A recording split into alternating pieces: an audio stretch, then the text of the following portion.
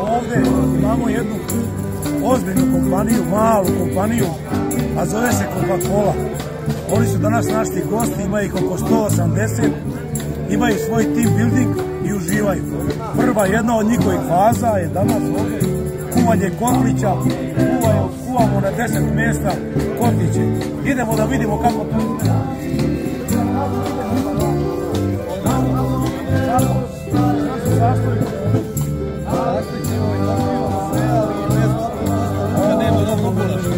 Bravo.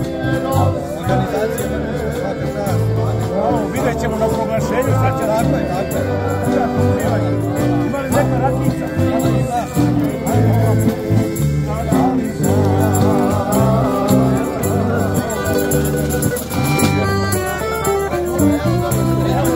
Ovi su nam ovdje na jeseni.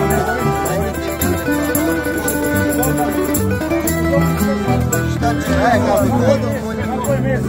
Meso, luk, beli, crni, sve ide mešano. Sve je tu, sve je tu.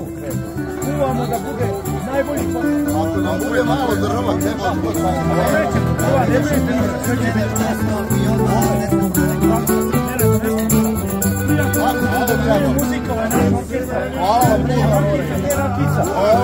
Sve je tu.